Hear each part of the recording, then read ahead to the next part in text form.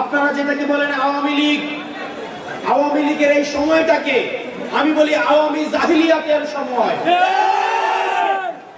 আওয়ামী জাহিলিয়াতের সময়, আইয়ামে জাহিলিয়াতের সময় যেভাবে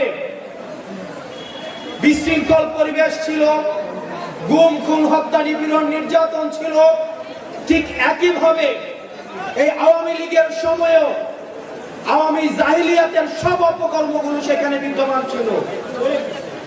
আপনারা জানেন, আমি গতকাল বলেছিলাম 10টা ফিরাউন এবং 10টা ফিরাউনকেও যদি একত্র করা হয় তাহলেও হাসিনার মতো এত বড়, এত দুর্ধর্ষ, এত জুলুমকারী আর হইতে পারবে না।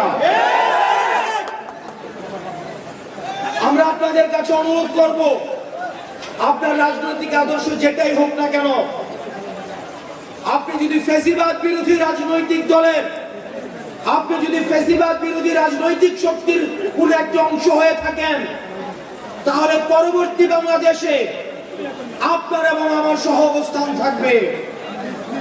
কিন্তু যারা ফ্যাসিস্ট আওয়ামী লীগকে কোনোভাবে পুনর্বাসন করতে চাইবে, যারা ভালো আওয়ামী লীগ এবং খারাপ আওয়ামী লীগের যে বয়ান এখন মার্কেটে আনতে চাচ্ছেন,